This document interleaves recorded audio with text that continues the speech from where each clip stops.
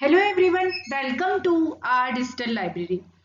आज हम क्रियाशारीर पेपर 1 और चरक विमान स्थान अध्याय 1 के मोस्ट इम्पॉर्टेंट टॉपिक जो कि है आहार विधि विधान, उस पर डिस्कस करने जा रहे हैं।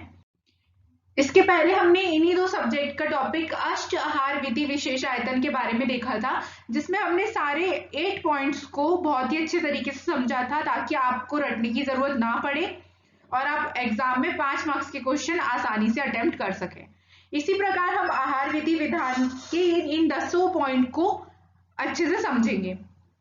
आचार्य चरक ने विमान स्थान में कहा है, उष्णम स्निग्धम मात्रावत जीर्णे वीर्या विरुद्धम इष्ट देशे इष्टोपकरणम न अति द्रुतम न अति विलंबितम अजल्पन असहनन तन्मना भूजितम आत्मनम अभिसमीचय सम्यक। यानी उन्होंने आहार विधि विधान के 10 पॉइंट्स को डिस्कस किया है, जिसका अर्थ होता है यहाँ पर आहार विधि का विधान समय पर स्वभाव से ही हिततम आहार करने वाले स्वस्थ व्यक्तियों के लिए और कई रोगी व्यक्तियों के लिए भी है। यानी आहार को जब हम विधि और विधान के साथ यानी प्रॉपर मैनर में लेंगे तो वो स्वस्थ व्यक्ति के लिए हितकर है और रोगी को भी रोग से दूर करने में हेल्प करता है। इस श्लोक में उष्णम मतलब उष्ण आहार से लाभ, स्निग्धम मतलब स्निग्ध आहार से लाभ, मात्रावत यानी मात्रा पूर्वक आहार लेना, जीर्ण यानी आहार जीर्ण होने पर भोजन से लाभ, अविरुद्ध वीर्य वाले आहार से लाभ को वीर्य अविरुद्धम कहा गया है, इष्ट देशी यानी इष्ट देश में आहार से लाभ, इष्ट सर्वोपकरणम न अति द्रुतम यानी अति द्रुत भोजन से हानि, न अति विलंबितम यानी अति विलंबित भोजन से हानि, अजल्पन असहनन तन्मनता यानी तन्मना आहार लेने से लाभ, और आत्म अभिसमीचय मतलब आत्मशक्ति के अनुसार आहार से लाभ। ये 10 पॉइंट्स उन्होंने बताए हैं।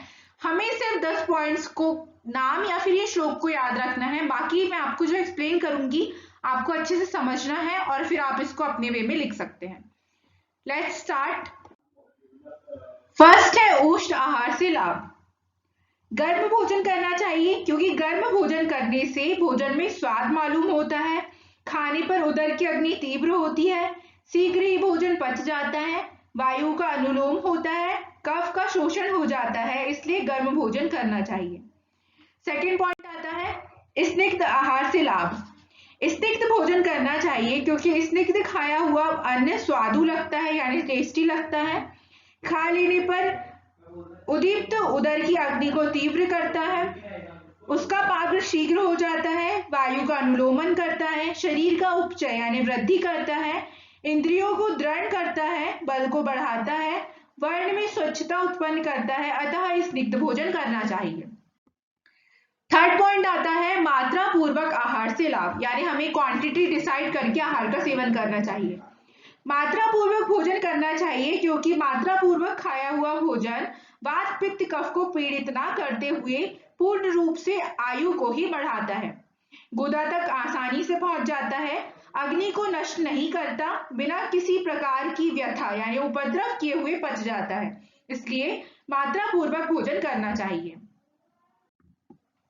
4 है आहार जीर्ण होने पर भोजन से लाभ। पच जाने पर खाना चाहिए क्योंकि अजीर्ण में भोजन करने वाले का खाया हुआ आहार समूह पहले आहार के ना पचे हुए रस को बाद के आहार के रस के साथ मिश्रित करते हुए सभी दोषों को शीघ्र प्रकोपित करता है। इसका अर्थ है कि यदि हमने पहले का आहार खाया है वो नहीं पाक हुआ और फिर हमने ऊपर से दूसरी बार आहार कर लिए तो दोनों का आहार रस मिश्रित हो जाता है और वो दोषों को प्रकोपित करता है और रोग की उत्पत्ति करता है। तो अब हमको कब भोजन करना चाहिए? भोजन के पच जाने पर खाए हुए दोषों के अपने स्थान में रहने पर, अग्नि के प्रदीप्त रहने पर, भोजन की इच्छा उत्पन्न होने पर, श्रोतों के मुख खुल जाने पर, डकार के शुद्ध रूप में आने पर, हृदय के शुद्ध होने पर, वायु का अनुलोम होने पर, वात मूत्र और मल के वेगों का त्याग करने पर, खाया हुआ आहार समूह सभी रोगों शरीर की धातुओं को न दूषित करते हुए आयु को ही संपूर्ण रूप से बढ़ाता है, इसलिए आहार के पच जाने पर खाना चाहिए। नेक्स्ट पॉइंट आता है अविरुद्ध वीर्य वाले आहार से लाभ। जो आहार वीर्य में परस्पर विरुद्ध ना हो उसे खाना चाहिए। यानी दोनों आहार सेम वीर्य के हो, ऐसे ही आहार का हमें सेवन करना है साथ में। जो परस्पर वीर्य में विरुद्ध नहीं है, ऐसे आहार का सेवन करने से वीर्य विरुद्ध आहार सेवन से जो रोग उत्पन्न होते हैं वे नहीं होते। इसलिए वीर्य के अविरुद्ध भोजन करना चाहिए। ऐसा भोजन कभी नहीं करना चाहिए जो 2 अथवा 2 से अधिक परस्पर विरुद्ध वीर्य होते हैं, जैसे मछली और दूध। मछली और दूध ये दोनों रस में मधुर होते हैं। मधुर होने से महाअभिसंधि है। ये स्रोतों को बंद कर अनेक प्रकार की व्याधि को उत्पन्न करते हैं। और मछली वीर्य में उष्ण, दूध वीर्य में शीत होता है। यदि इनका सेवन साथ में किया जाता है तो ये रक्त विकृति, कुष्ठ, नपुंसकता आदि रोग उत्पन्न करते हैं। 6 पॉइंट आता है ईस्ट देश में आहार से लाभ। अनुकूल स्थान पर और सभी मन के अनुकूल सामग्रियों के साथ भोजन करना चाहिए। इसका मतलब ये होता है मन के अनुकूल स्थान पर भोजन करने से अप्रिय स्थान में मन को विघात करने वाले भावों के द्वारा होने वाले मानसिक विकार प्राप्त नहीं होते। ये कहना चाह रहा है कि जब हम अपने मन के अनुकूल स्थान पर बैठकर भोजन करेंगे तो हमें कोई भी मानसिक विकार उत्पन्न नहीं होगा और हम शांति से उस भोजन को ग्रहण कर सकते हैं। इसी प्रकार मन के अनुकूल सभी भोजन की सामग्रियां होने पर मन के विकार प्राप्त नहीं होते। इसलिए अपने मन के अनुकूल स्थान पर और अपने मन के अनुकूल सभी सामग्रियों से युक्त होने पर भोजन करना चाहिए। नेक्स्ट पॉइंट आता है अति द्रुत भोजन से हानि। अति शीघ्रता से भोजन नहीं करना चाहिए, क्योंकि बहुत जल्दी भोजन करने वाले व्यक्तियों का आहार उन मार्ग में चला जाता है। यानी यदि हम जल्दी जल्दी भोजन करते हैं तो जिस मार्ग में भोजन को जाना चाहिए वो उसमें ना जाकर कोई और मार्ग में चला जाता है। भोजन का अवसाद यानी शिथिल होना और भोजन का अप्रतिष्ठान यानी उचित रूप में वह अपने स्थान आमाशय में नहीं ठहरता। आहार द्रव्य का दोष या उत्तम गुण, इन दोनों की प्राप्ति निश्चित रूप से नहीं हो पाती है। इसलिए अति शीघ्रता से भोजन नहीं करना चाहिए।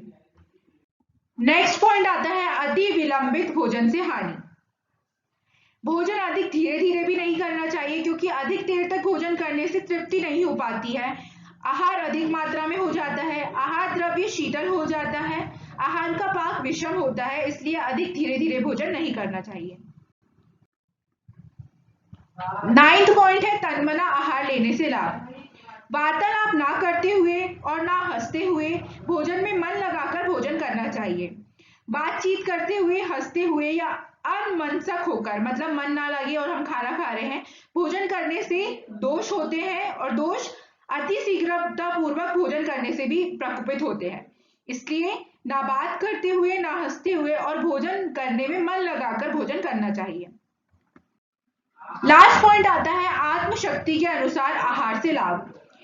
अपनी आत्मा को भली प्रकार समझकर भोजन करना चाहिए। यानी हमें कितने आहार लेना है और हमारे लिए क्या चीज साथ में है, क्या असाथ में है, इस पर विचार करते हुए हमें अपनी आत्मशक्ति के अनुसार भोजन लेना चाहिए।